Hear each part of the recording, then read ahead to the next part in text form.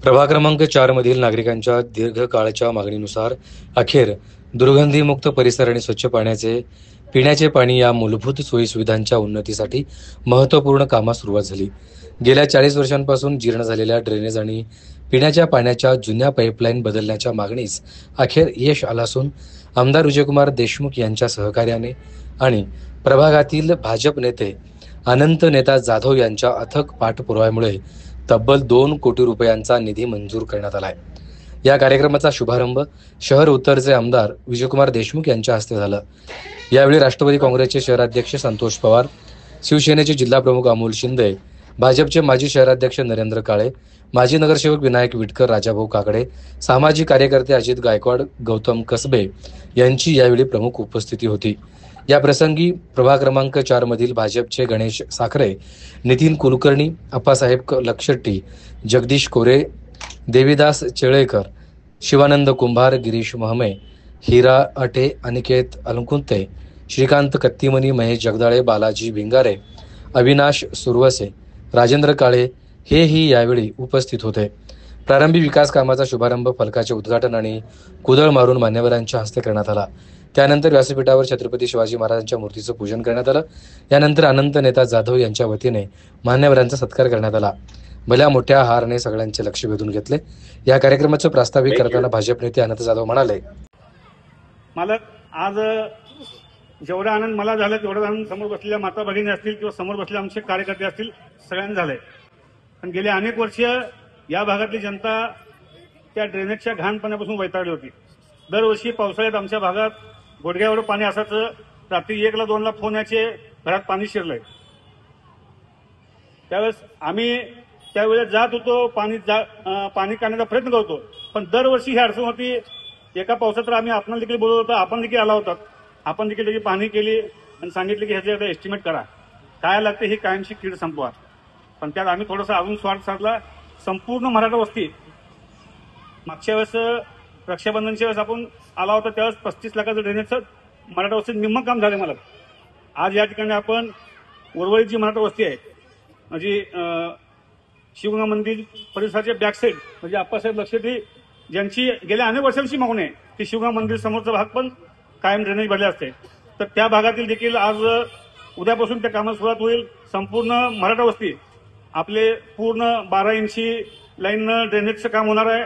आणि सगळ्यात महत्वाचं म्हणजे गेल्या 40 वर्षाखाली म्हणजे मला तर विजयराव फुटाणे असतील नगरसेवक, त्या काळात 85 साली मला ह्या भागातली पहिली लाईन घातली पाण्याची. 1985 ला ज्यावेळेस विजयराव फुटाणे नगरसेवक झाले ते स्थायी समिती सभापती होते बहुधा, त्यांनी ती पहिल्यांदा लाईन घातली आमच्या भागात पाण्याची नवीन त्या काळात. आणि ड्रेनेज पण त्या काळात झाले. म्हणजे जवळपास 40 वर्षानंतर आज या भागातील जनतेसाठी ते ड्रेनेज लाईन बदलणं असेल, ती पाण्याची लाईन बदलणं असेल, त्याचं भाग्य मला मिळालं. ते केवळ तुमच्यामुळे मिळालं. त्यामुळे मी आपला शतशः आभार आहे. आपण माझ्या विनंतीला मान दिला. मी जी तुमच्याकडे हक्कानं मागणी केली की मला आमचं झोपडपट्टी भाग आहे, या भागात लोकांना फार त्रास होत आहे. आमचे माता भगिनी मला झोपडपट्टी घराला आणत 10-10ची खोली असते, गुडघावर पाणी असते, तिथं स्वयंपाक करायचा आहे, तिथं झोपायचं आहे. त्यामुळे ह्या ज्या ह्यांच्या वेदना होत्या, या वेदनांना आम्ही व्यतीत झालो. काही वेळा मला आम्ही महापालिकेत अधिकाऱ्याला त्या घाण पाण्याच्या बाटल्या देखील भेट दिल्यात. पण आपण आमची ती मागणीची दखल घेतलात आणि आज आमच्यासाठी हा सोन्याचा दिवस आहे.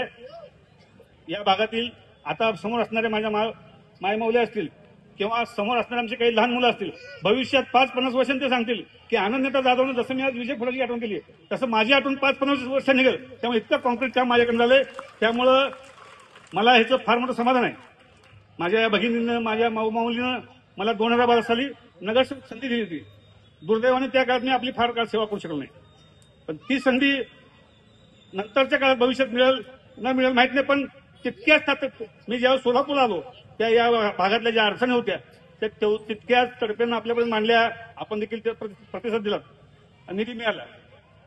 त्यामुळे मला आम्ही वस्तीच्या वतीनं आपलं स्वागत करतो, आभार मानतो. राजकीय भाष्य मी काय करणार नाही, पण मला एक अपेक्षा आहे. आता येणारी निवडणूक ही कार्यकर्त्याची आहे. तुमच्या निवडणुकीमध्ये आम्ही व्यासपीठावर असणारे प्रभागातील अजितभाऊ असेल, गणेश साखरे असतील, गौतम असेल, विनायक, आम्ही सगळे कार्यकर्ते तुमच्यासाठी जीवाचं रान केले. 9,560चं लीड आम्ही दिलंय. तर मला एक विनंती काय, ज्यांनी तुमच्या निवडणुकीत जीवाचं रान केलंय राजाभाऊ काकडे म्हणजे हे सगळेच आम्ही असतील व्यासपीठावरचे, ज्यांनी तुमच्या निवडणुकीत जीवाचं रान केलंय त्याच कार्यकर्त्याला द्या किंवा त्या कार्यकर्त्याच्या पत्नीला द्या. बाहेरचे ज्यांनी तुम्हाला उमेदवारीसाठी त्रास दिलाय, ज्यांनी तुमच्या निवडणुकीत आम्ही त्यांना आमचे जावई असले तर त्यांना घरातून बाहेर काढले, या लोकांचा आता विषय करू नका. आता निवडणूक आमची आहे, आमच्या पाठीशी आपण खंबीरपणे आशीर्वाद द्याल. तुम्ही जे काही पॅनल तुम्ही सांगसाल, जे कोणी तुम्ही उमेदवार सांगसाल, तुम्हाला जितकी मतं पडली तितकीच मतं या भागातून भारतीय जनता पार्टीच्या किंवा भविष्यात असणं महायुतीच्या, जर आपली युती झाली तर महायुतीचं जो कोणी पॅनल आपल्या या भागात असेल तर या भागातली जनता, आमचे सगळ्या माता भगिनी, आमचे कार्यकर्ते, आम्ही सगळे पूर्ण ताकदीनं त्या निवडणुकीत महापालिका देखील तितकीच मतं आम्ही तुम्हाला देऊ, अशा प्रकारची ग्वाही देतो. आपण आलात, आपल्या मनापासून आभार. धन्यवाद. जय हिंद, जय महाराष्ट्र.